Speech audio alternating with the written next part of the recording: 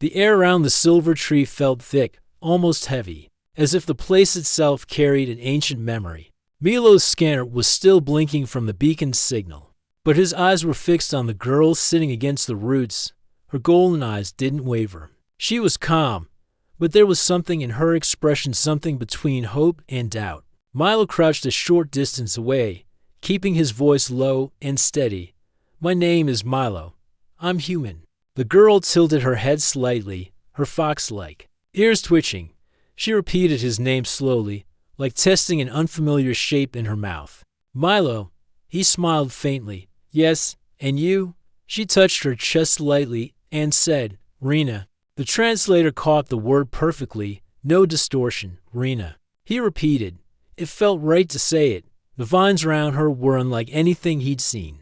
They were smooth and faintly glowing, but not in an artificial way. It was more like moonlight trapped under their skin. They were loose enough for her to move her arms a little, yet still kept her in place. "Can I help you get free?"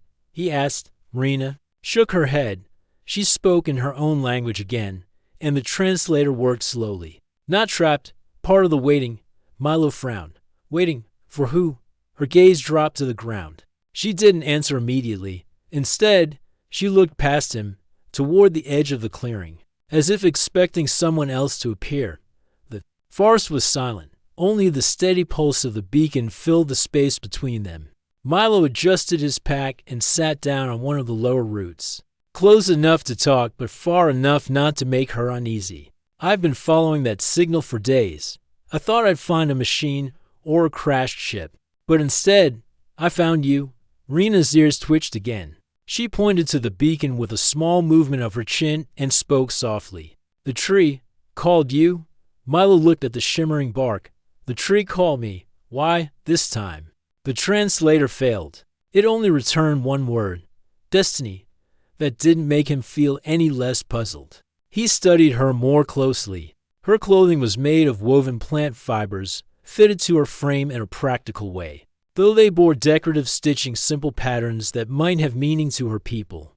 The red fur of her tail was well kept, though it looked a little dusty, as if she had been sitting there for a long time.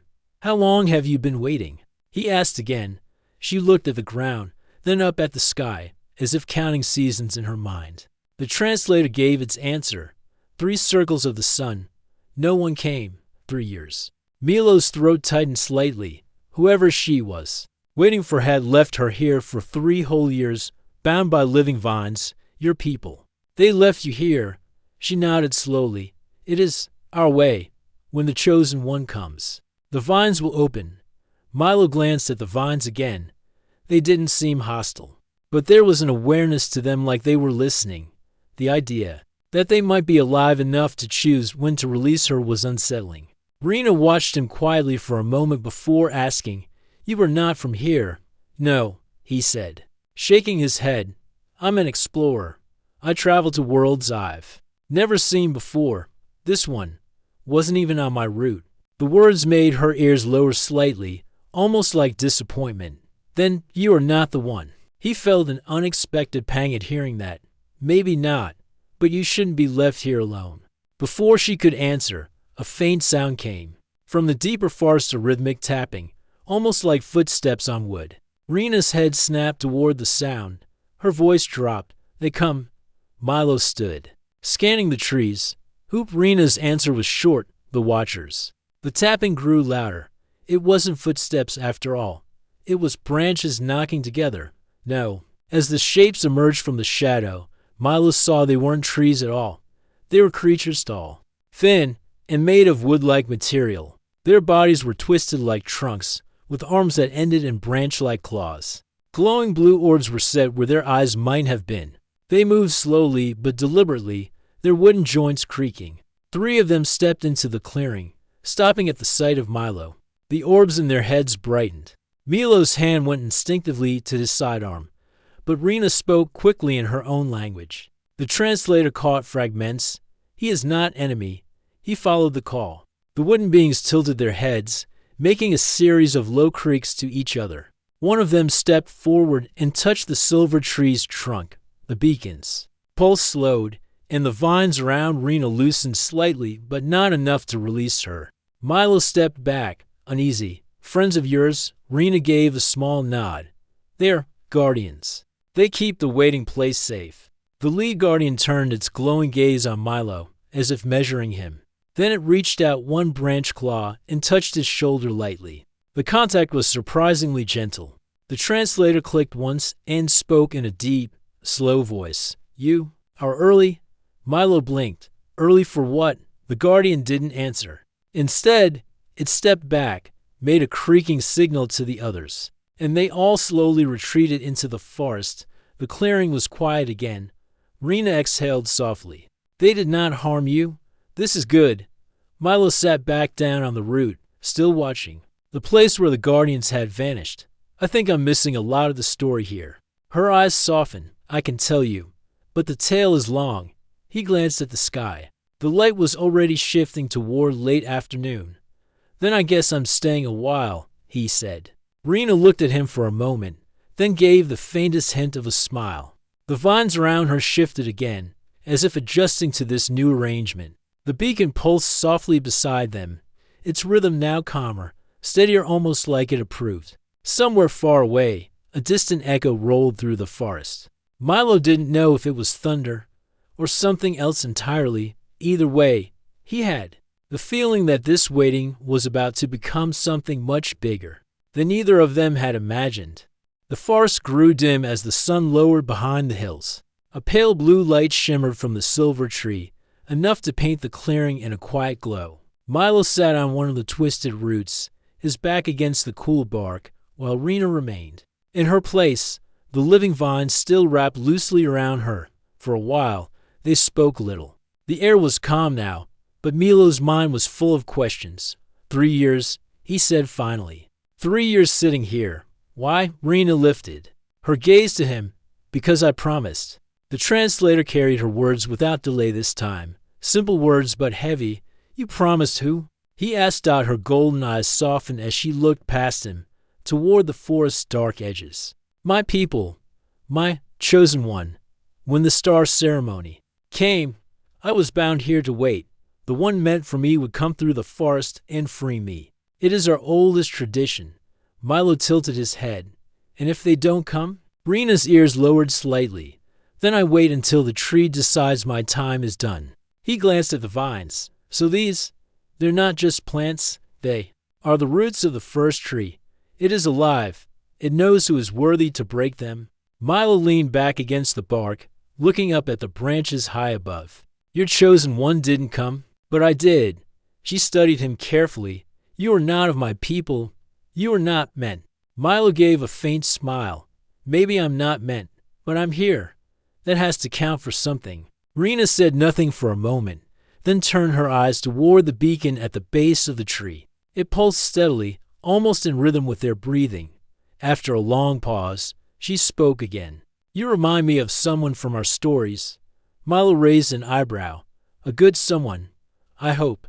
Her lips curved just slightly, but she didn't confirm. Instead, she began to tell him a tale. Long ago, her people had lived across many worlds. But after a war with strangers who looked like humans, they had withdrawn, hiding in the deep forest of Arendafor to keep their bloodlines strong. They created the waiting ritual. When the time came, one would wait under the first tree, and the one chosen for them would arrive to set them free. It was not a punishment. It was a promise. The bond was meant to join to families, to destinies, she explained. But when the war came, everything changed. Many promised unions never happened. And yours? Milo asked quietly. She lowered her eyes. The one promised to me never returned from the war. Milo felt a small knot in his chest. And yet you stayed here. Yes, she said simply. Because a promise is not broken, even if the other cannot keep it.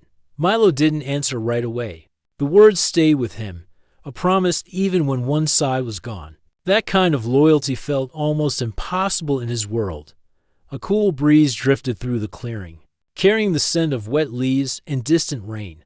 Somewhere far away, the sound of a deep, slow drum echoed, a sound not made by wind or water. Rena's ears twitched. Night drums, she said softly. Danger. She shook her head. Not danger. The forest calls its guardians. The watchers will gather. Milo remembered the tall wooden beings from earlier. Will they come here again? Maybe, she said. They watch the ones who wait. The sky darkened fully, and the silver tree's glow became stronger. The vines around Rena shifted, moving slightly as if adjusting to the cold. Milo caught himself staring, trying to figure out if they were reacting to her thoughts, the forest, or him. Do they ever let someone go early? He asked. Only when the tree feels the promise is complete, she replied. And what if? What if the person who comes isn't the one who was supposed to? Rena met his eyes. Then the tree decides if their heart is true. Her words hung in the air. Milo didn't know if the tree could sense him or if it cared, but there was a strange energy in the clearing and unspoken tension that felt like the place itself was waiting to see what he would do. They spoke little after that. Milo pulled a small ration pack from his bag, offering half to Rena. At first, she hesitated, but when he broke it into smaller pieces, she accepted quietly. The night passed slowly. Strange lights moved between the tree's small, floating orbs that drifted like fireflies. They never entered the clearing, but Milo noticed they seemed to circle it, almost like a barrier. At one point, Rena began to hum. The sound was low, soft, and carried an old sadness. He didn't ask about it. He just listened out when the first pale light of dawn touched the forest. Milo opened his eyes to find Rena watching him. You stayed, she said quietly. I said I would, he replied. Something unreadable passed across her face, something between surprise and respect. She didn't speak for a moment, then finally said, perhaps the tree will listen to you. Milo looked at the silver bark. And if it doesn't, her voice was calm. Then you will have still kept a promise. He realized then that this was what her life had been for 3 years, waiting, trusting, holding on to something no one else could see. And for the first time in a long while, Milo found himself wanting to be part of someone else's promise. Far above, the wind stirred the highest branches, and the beacon's pulse quickened. The tree was listening. The morning sun broke through the forest canopy, scattering golden light across the clearing. Dew clung to the silver bark of the great tree, making it shine like metal dust. Milo stretched his legs, feeling the stiffness from sleeping on the roots, and noticed that Rena was already awake. She was watching the forest edge. Her fox-like ears twitched with every distant sound, and her tail curled tightly around her legs. You hear something? Milo asked. Rena kept her eyes on the trees. The forest speaks. Today, it feels restless. Milo glanced around. The air did feel different, heavier, as if a storm was waiting to be born. Restless about what? She didn't answer at first. Instead, she touched the vines around her wrist. You came from the stars, she said slowly, so you may not know the truth of this place. My people do not welcome humans here. Milo frowned. I noticed. But why? We've never been here before. Her gaze shifted to meet his. Not you, but your kind. Long ago, humans came to Arendafor. They brought fire and machines. The earth cracked under their ships. The forest remembers. Milo leaned forward, resting his arms on his knees. Are you saying there was a war? Her voice was quiet but firm. Yes. My people call it the season of broken roots. The humans and the fox-skin fought for many cycles. The Watchers were born from that war. Milo remembered the tall wooden guardians. The Watchers, they were made. They grew from the first tree's seeds, shaped to protect the sacred lands from outsiders. Since the war, no human has entered this forest without being turned away. He sat back, trying to take it in. Then why didn't they turn me away? Rena's eyes narrowed slightly. That is the question I cannot answer. The beacon at the tree's base pulsed again, slower. Now, almost like a heartbeat that had gone calm. Milo looked at it and then back at Rena. You think it's because of this? Because the tree called me? Her ears twitched. If the tree called you, then you are part of something it wants. But the forest does not forget. The old wounds between our people still bleed in silence. Milo let her words sink in. He had grown up hearing stories about human explorers who made mistakes on alien worlds. But this was different. This was personal for her, for the forest, maybe even for the whole planet. He hesitated before asking. And the one you were supposed to meet here, was he part of this war? Rena's eyes softened, but there was pain behind them. Yes, he went to fight. He did not return. Many who went with him also vanished. Some say they fell in battle. Others believe the forest took them. Milo felt a knot tighten in his chest. And you kept waiting, even when you knew he might never come back. I told you, she said gently. A promise is not broken. They sat in silence for a moment, listening to the faint rustle of leaves above. Then, without warning, the ground under the roots shifted slightly. Like something deep below was moving. Milo stood quickly. Did you feel that? Rena nodded. The first tree is listening. The vines around her wrist loosened just a little, enough for her to lift her arms fully.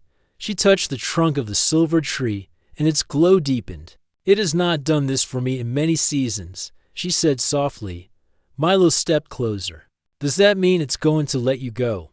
Not yet. It is testing. He looked at the shimmering bark. Testing me. Her golden eyes met his. Yes, if you are truly here for the promise, the tree will know. But if you are here only by chance, the forest will close around you. That didn't sound like a metaphor. A faint movement caught Milo's attention.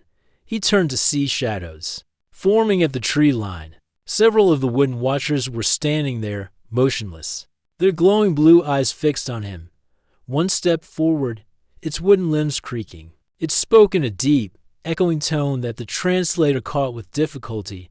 The past still burns. Why should a human stand under this tree? Milo took a slow breath. I didn't come to hurt anyone. I came because I followed the signal.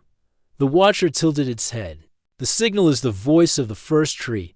It does not call without reason. Rena spoke up in her language, her voice carrying a calm authority. The translator gave fragments. He stayed through the night. He shares food. He listens. The watcher looked at her for a long moment, then back at Milo. If you wish to remain, you must walk the memory path. See the truth. Feel the wound. Milo didn't like the sound of that. And if I refuse? The watcher's glowing eyes brightened. Then the forest will close to you forever, and the promise will end. Rena's voice was soft but urgent. You must go. The path will show you why the forest hates your kind. Only then can the tree decide. Milo hesitated, but the steady pulse of the beacon drew his gaze. It almost felt like the tree was waiting for him to say yes. He nodded. All right, I'll walk your path. The watcher turned and began to move into the forest. Milo followed. Glancing back only once, Rena was watching him, her expression unreadable. The vines shifted again, almost like they were reacting to his choice. The deeper they went, the darker the forest became. Strange shapes moved just out of sight. The air was thick with the scent of wet earth and something older, something that smelled like time itself. Finally, they reached a clearing with no silver trees, only blackened stumps and scorched ground. The watcher stopped and gestured with a branch-like arm. This is where it began, it said. The humans landed here with fire and hunger. They cut the first tree's children for their ships. They did not hear the forest cry. Milo looked at the ground, imagining the destruction. He could almost see it, the flames, the smoke, the clash between two worlds. The watcher's voice grew lower. If you wish to heal what was broken, you must carry its memory back to the first tree. Milo didn't fully understand how, but as he stepped forward, the ground seemed to shift under his feet, and a wave of images flashed through his mind. Forests burning, wooden watchers falling, Foxkin fleeing into the shadows. When the vision faded, he was shaking. The watcher simply said, "Now the tree will know if you are worthy." Milo walked back toward the silver tree with the watcher leading the way. The vision of fire still burned in his mind. He could still hear the trees screaming in his memory, still feel the heat on his skin, even though it had only been an image. When they stepped into the clearing again, Rena's eyes widened. She looked at him as if trying to read his face. "You saw it," she said quietly. Milo nodded. "I saw what happened. I saw what humans did here." The vines around her shifted. slightly, and she looked toward the great silver trunk. Then the tree knows. The watcher stepped forward, placing one wooden hand against the bark. The beacon at the base pulsed quickly, 3 bright flashes, then stillness. The watcher bowed its head and spoke in its deep, creaking voice. It accepts you. For now. Milo wasn't sure whether to be relieved or worried. For now, he asked. The watcher turned its glowing eyes toward him. The tree has not decided if you are the one to complete the promise, but it will let you remain. Rena looked at Milo with something like approval. That is more than most have received. The watcher stepped back into the shadows of the forest, disappearing between the silver trunks. The moment it was gone, the air in the clearing changed. A wind passed through the branches, soft but full of energy. The ground trembled slightly, and Milo felt a faint vibration through the roots beneath his feet. Rena straightened, her ears twitching. The forest is waking. Milo looked around. What does that mean? It means the first tree has called to its children. They will come. The words were barely out of her mouth before the sounds began, strange calls echoing through the forest. Leaves rustling in patterns too regular to be natural. Shapes move in the distance, swift and graceful, but too far to see clearly. Then, the light began to change. The silver bark of the trees reflected it differently now, glowing faintly even in shadow. The air was full of drifting motes of white, like pollen but brighter. They floated slowly downward, landing on the roots and the moss without a sound. Rena's voice was low, almost reverent. These are the forest messengers. They mark a path. Milo followed her gaze. The drifting motes seemed to gather into a faint trail leading away from the clearing. Where does it lead? Her golden eyes stayed fixed on the path, to the place where the forest judges. Milo hesitated. Judges me? Yes, if it chooses you, the vines will open. If it rejects you, the forest will close. And we will never meet again.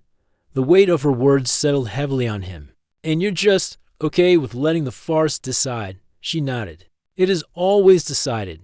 The wind shifted again, and the trail of light motes grew clearer. The beacon pulsed once, brighter than before, and the vines around Rena loosened slightly. Though they still held her in place, she looked at him. You must go alone. Milo frowned. I don't like leaving you here. Her expression softened. If you do not go, we both remain here until the forest grows tired of us. That will not end well. Milo tightened the straps on his pack and stepped toward the path. The moment he did, the motes swirled slightly, as if encouraging him forward.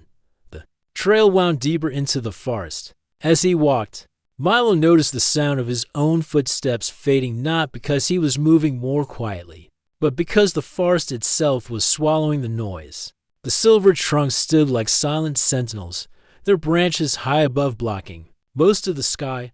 After a while, the motes began to grow brighter, and the trail ended in another clearing. But this one was different. At its center stood a smaller tree, still silver-barked, but young compared to the first tree. Its branches hung low, and from them dangled long strands of vine tip with small white blossoms. The air here was thick, with the scent of them sweet and heavy.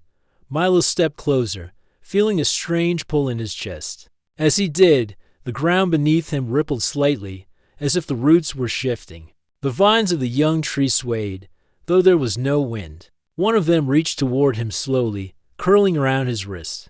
Its touch was warm, almost like skin. A sudden rush of images filled his mind, scenes of Rena waiting under the first tree, her expression growing lonelier with each passing season, scenes of the war, but also of moments before it, when humans and Foxkin stood together without fear. Then the vision changed. He saw himself standing beside Rena, both of them free, both of them looking toward the stars. The vine released him, and the images faded. The young tree's blossoms fell gently to the ground, and the motes of light began to rise instead of fall, drifting back toward the path he had come from. Milo turned and followed them. He didn't know exactly what had happened, but the feeling in his chest told him the forest had made its choice. When he stepped back into the clearing of the first tree, Rena was still there, but the vines around her had loosened enough that she could stand. She looked at him with wide eyes. It accepted you? He smiled faintly. I think so. The vines unwrapped from her completely, curling back into the roots of the tree. She stepped forward, unsteady at first after so long sitting, and Milo reached out to steady her. For the first time, she smiled fully. Then the promise can begin. The beacon pulsed brightly, and somewhere deep in the forest, a chorus of sounds rose like hundreds of voices calling in unison. The air itself seemed to hum with approval. Milo looked at Rena. What happens now? Her eyes shone in the silver light. Now, we see where the forest leads us next. The forest clearing was quiet now. The silver tree's gentle glow faded with the rising sun. But the memory of the night's awakening still lingered in the air. Milo stood beside Rena, who stretched her arms as if waking from a long sleep. The vines that had held her were gone, leaving soft marks on her skin, but no pain. We should move, she said softly. The village waits. Milo nodded, adjusting his pack. He followed her through the thick woods, feeling the weight of countless eyes watching from the shadows. The forest seemed to hold its breath as they passed. After nearly an hour of walking, the trees began to thin, and the ground grew clearer. Ahead, Milo saw a group of huts nestled between large stone formations. The village was small but alive, with smoke rising gently from several chimneys and figures moving among the buildings. Rena slowed her steps. This is home. Milo took a deep breath. He had no idea what to expect, but he knew the next moments would be crucial. As they entered the village, the people stopped their work and turned to look. The fox-skin villagers had reddish fur like Rena's, tall ears, and sharp eyes. Their expressions were a mix of curiosity and caution. An older fox-skin with silver streaks in her fur stepped forward. Her eyes were sharp, but not unkind. Rena, she said, voice firm but gentle. You have returned. Rena bowed her head slightly. I'm free now. The elder nodded. The forced trial has passed, but you bring with you a human. Milo stepped forward, raising his hands in a peaceful gesture. I mean no harm. I came because I followed the signal. I want to learn and help. The village fell silent. Some whispered to each other, others narrowed their eyes. The elder studied Milo for a long moment. Humans are not welcome here. You carry the history of fire and destruction. Milo's heart tightened. I know the past is painful, but I want to change what comes next.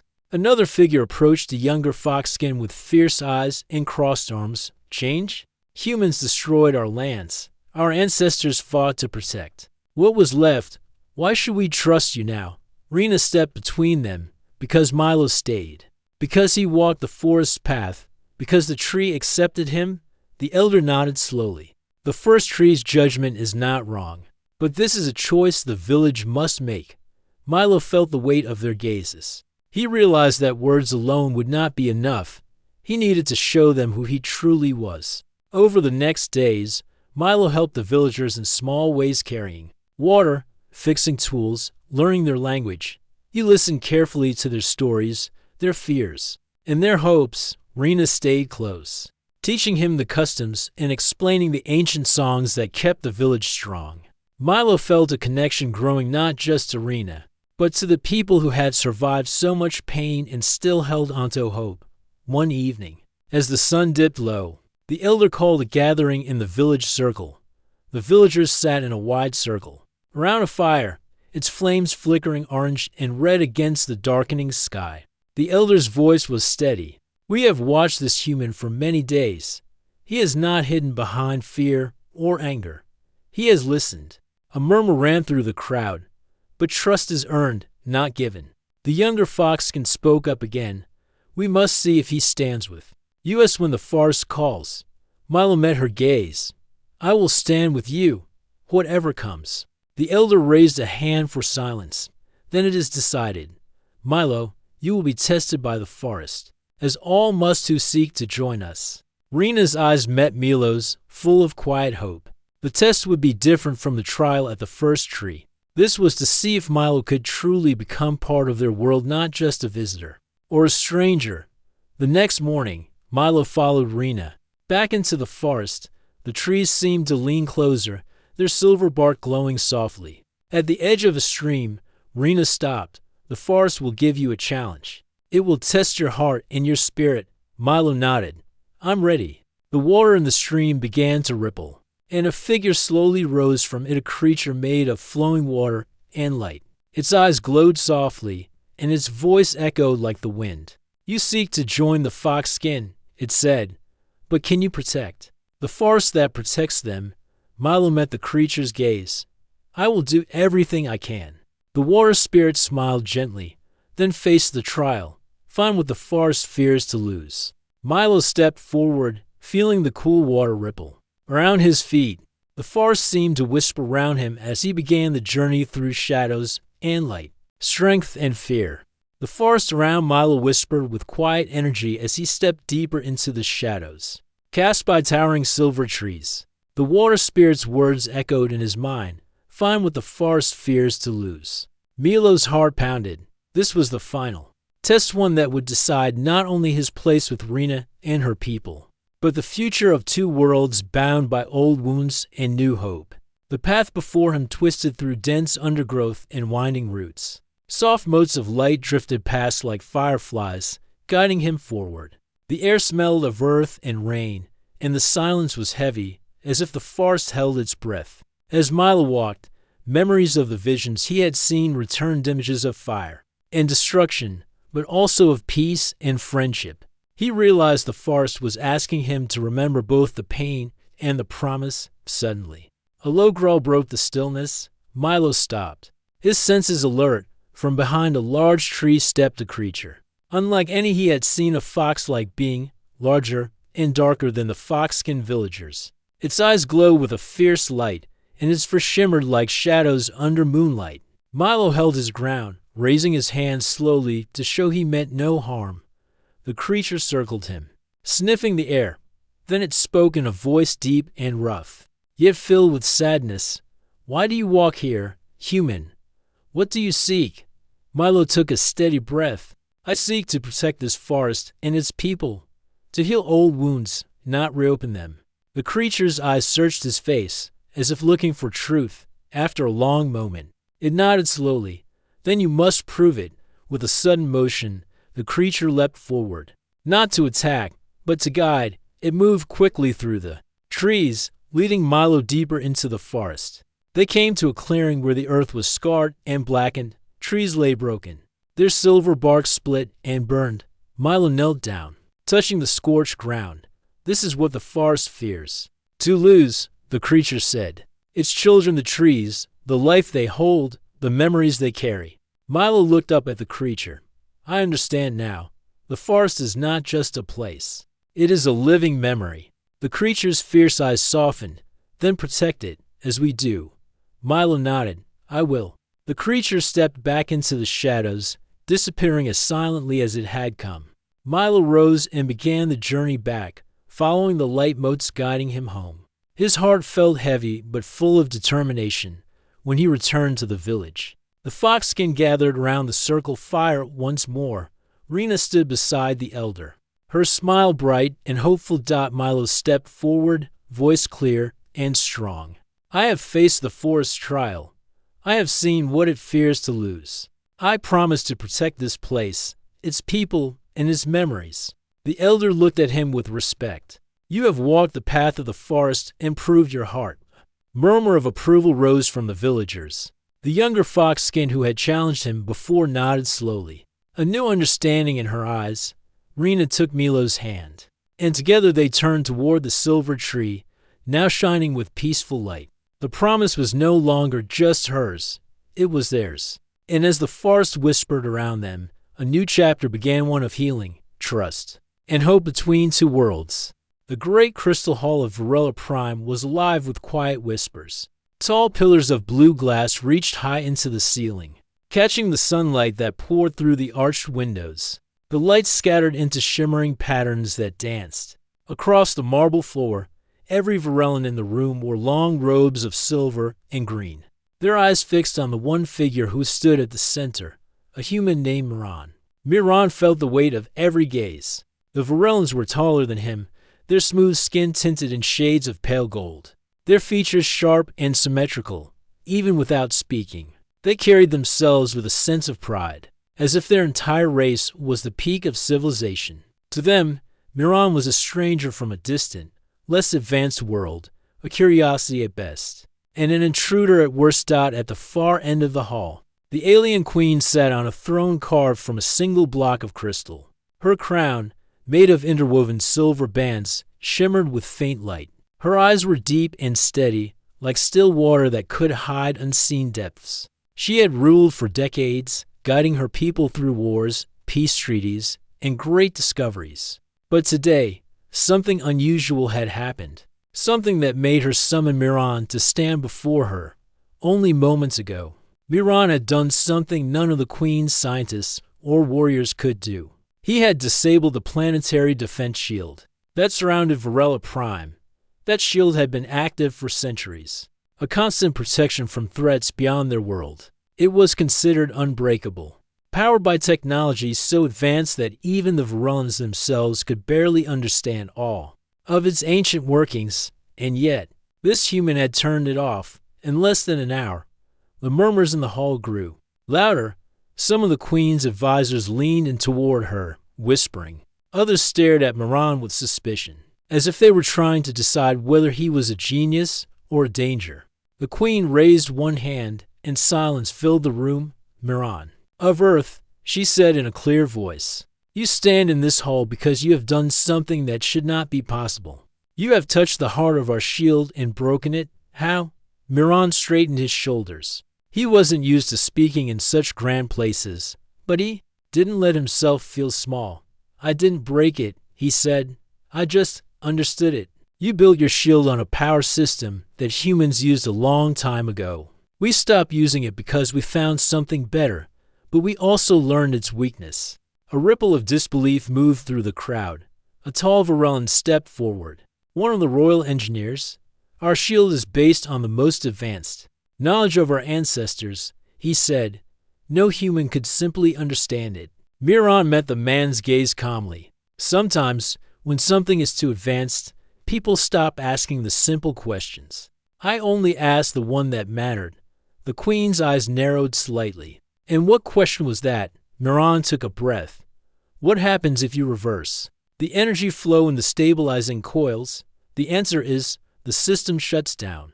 You built something powerful, but you never thought someone would dare to try the most basic trick. A low murmur filled the room again. Some of the Varelans looked insulted, others looked thoughtful. The Queen leaned back in her throne. You speak as if the wisdom of your people is greater than ours. Miran shook his head. Not greater, just different. Humans survive because we learn fast. We adapt. We try things, even when we don't fully understand them, sometimes. That makes us reckless, but sometimes it lets us do the impossible. The Queen studied him for a long moment. Her face was calm, but Miran sensed she was measuring every word, testing his meaning. Do you know what your actions mean, Miran? You have exposed a weakness in the very shield that has kept our world safe for centuries. You could be seen as a threat. I'm not here to threaten anyone, Miran said. But if I could figure it out, others could too. You need to know your defenses aren't perfect. A small movement in the Queen's eyes, almost too quick to notice, told Miran that his words had landed, but her voice stayed firm. You speak boldly for one who stands alone in a foreign hall. Miran allowed himself a faint smile. Sometimes, that's when boldness matters most. The Queen's chief advisor stepped forward. Majesty, we cannot allow this man to walk free. If he can do this, he could destroy our security at any moment. He must be detained. The Queen lifted her hand again, and the advisor stepped back. She did not speak immediately, and the silence stretched. The entire hall seemed to hold its breath. Finally, she rose from her throne. Her voice, when she spoke, was softer, but it carried through the hall all the same. You have done the impossible, human, and I do not yet know if this is a gift or a danger. Miran met her gaze steadily. Sometimes, the impossible is only impossible until someone tries. The Queen's lips curved ever so slightly, though it was impossible to tell if it was a smile or simply thought. We shall see, she said. For now, you will remain in the capital. I want to know more about how a human mind works. She sat back down. and the court began to speak in low voices again. The tall crystal pillars caught the light as the guards escorted Moran from the hall. He did not resist. He knew this was only the beginning. The queen was curious, and curiosity was often the first step toward change. Far above the city, the great planetary shield still lay dormant, its vast arcs of energy silent for the first time in centuries. Somewhere deep inside the palace, the queen's thoughts turned over like the quiet movement of deep water. This human had shown her something she had not expected, and she was not a queen who forgot such things.